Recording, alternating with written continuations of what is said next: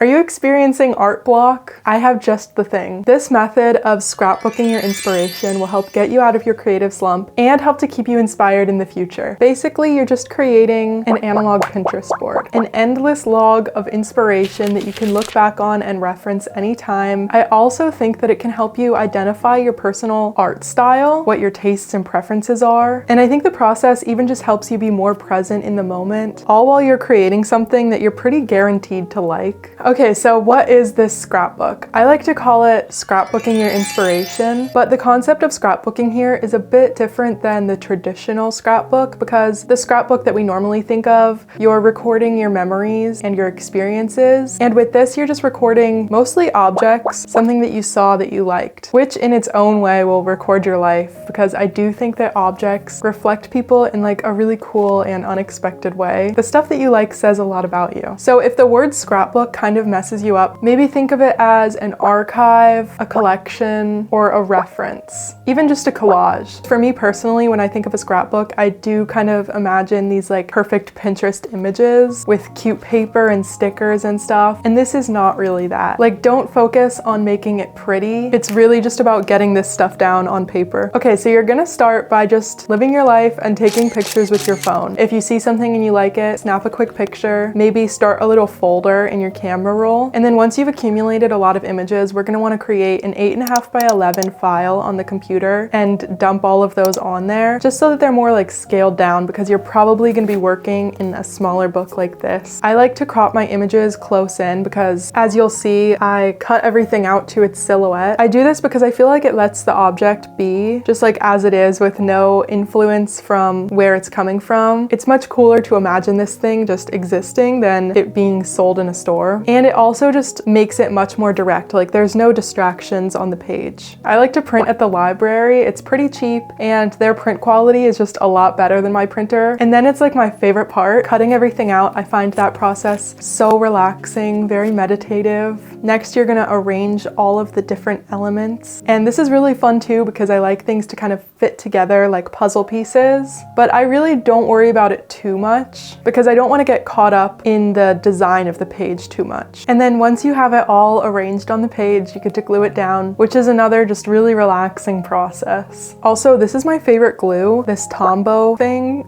It has a wide tip at one end, but I usually use this really fine tip on the other end. It just sticks really well, but I think I might actually switch back to using matte medium. This is meant for acrylic paint, but it works really well for collaging. You just put it on the front and back of whatever you're gluing down. A lot of my inspiration for this came from an antique collage that I saw when I went to this antique book and paper show. Basically, it was a series that someone made of cutting out these circus images and pasting them on paper. I recently found a book on this at the library. It's called Scraps, The History of Printed Scraps. And I think that's basically what the circus collage is doing. It's just that these are very like beautifully, carefully arranged, whereas the circus one feels like it might have been done by a child. But I actually really like that about it because it feels like it makes the things that are being cut out and pasted more important. Like there's more focus on each object instead of whatever the overall image is. Similarly, I have this scrapbook that I did get at the book and paper show. This again feels like it was made by a kid. It's all these matchbooks, and what I love so much about this one is that whoever made this organized the different type of matchbooks by theme. So this one is birds, fish, flowers, hunts products, supermarkets, and beverages. I like this one because it's labeled eating places. But yeah, I just find this book so special, and one of the reasons it feels so magical is because it's glued down. It's not like a photo album where things can be like removed. This is permanent, very decisive, which I just feel like gives a nice importance to the things that you're collaging. So I tend to get a lot of my inspirations from antique stores or museums. Like I went to this Amish quilt exhibition at the Smithsonian American Art Museum, and I just glued down a bunch of the quilts that I liked. I also recorded some other things that I saw there outside of that exhibition. I think getting started, it's easier to make a page kind of like in a batch where they have a theme, like you saw them in the same place, like an exhibition or something, or maybe go to a park and take pictures of any anything that inspires you there, like maybe the light is hitting the ground in a cool way or the trees are casting beautiful shadows. It would also be super cool to record a bunch of signage. You could even just go to the library and scan some pages from art books. Another thing is that this process of taking pictures has really allowed me to just live more in the moment, because sometimes when I go to museums, I stress myself out feeling like I need to draw everything, and of course there's not enough time for that. So this lets me relax. If I like something, I can just take a picture and not worry about it because I know that it will be saved in my collage later. And I've always taken pictures of things at museums, but it just doesn't feel like enough because I never scroll back all the way through my camera roll to look at those things. And doing this on paper is important. I just think in our digital age, it's nice to have such a tangible record of the things that you like. And if you did this all on the computer, you would be missing out on that act of actually making something with your hands, which is what's really gonna help you get out of your creative block. Like every time I finish gluing down everything on one of these pages, it makes me want to just keep going and draw more, make more stuff. Sometimes I do like to mix drawings in with the pages. Doing this is just so much about process. Don't worry about the final outcome. I really think it's gonna look good no matter what. Like there's no way to mess this up. And once you've accumulated a bunch of these collages, it's gonna be super cool to look back on because maybe your tastes and interests changed